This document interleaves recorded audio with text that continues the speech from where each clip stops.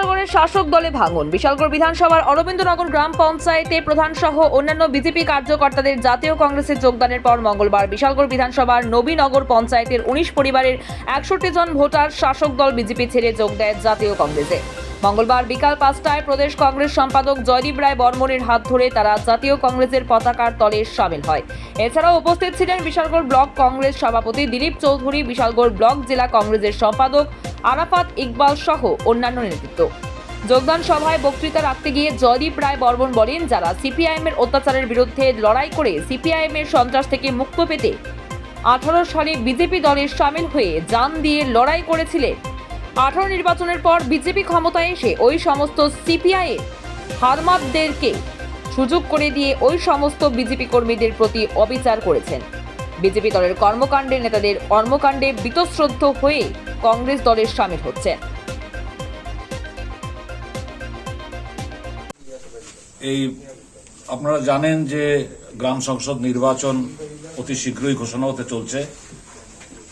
এই পঞ্চায়েত নির্বাচনকে কেন্দ্র করে ব্লক কংগ্রেস কমিটি বিশালগড়ের পক্ষ থেকে একে একে সমস্ত পঞ্চায়েতগুলোতে আমরা নিবিড় জনসংযোগ স্থাপন করছি এবং আজকে এই কার্যক্রমের অন্তর্গত নবীনগর গ্রাম পঞ্চায়েতের 24 নম্বর বুথ কেন্দ্র এবং 2 নম্বর ওয়ার্ড, এখানে আজকে পাশাপাশি ওয়ার্ড থেকে 2, 3, 4 নম্বর ওয়ার্ড থেকে সর্বমোট 61 জন, এরা অধিকাংশ যুবকর্মী, যুব মোর্চার ছেলেরা এবং সিপিএম দল থেকে এরা ত্যাগ করে জাতীয় কংগ্রেস দলে সামিল হয়েছেন। আজকে এখানে আমাদের মধ্যে যিনি সভাটার আয়োজন করেছেন উনি হচ্ছেন দিলীপ পাল মহোদয়, উনার ভাই দুলাল পাল মহোদয়। এই পাল পরিবার 2016 সন থেকে বিজেপি করছে এবং বহুত অনেক ঘাত প্রতিঘাতের পরে এখানে বিজেপিকে এরা এস্টাবলিশ করেছে।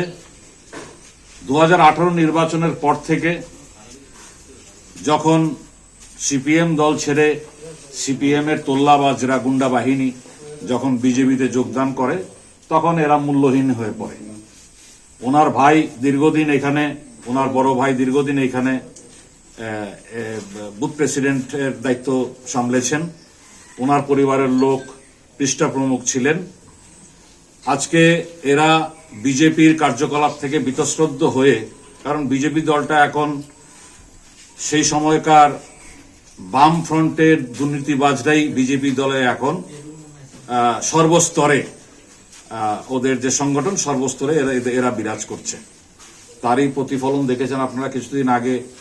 কন্ট্রাক্টর বাদল পাল, উনিও এক সময় সিপিআইএম কট্টর সমর্থক ছিলেন, উনি এখন জামা পাল্টে রাতারাতি বিজেপি হয়ে গেছেন। তো এই সমস্ত কিছু একটা ক্ষোভ পুঞ্জীভূত হয়েছে। এই যোগদান পর্ব করতে গিয়ে অনেক বাধা বিপত্তি এসছে সামনে।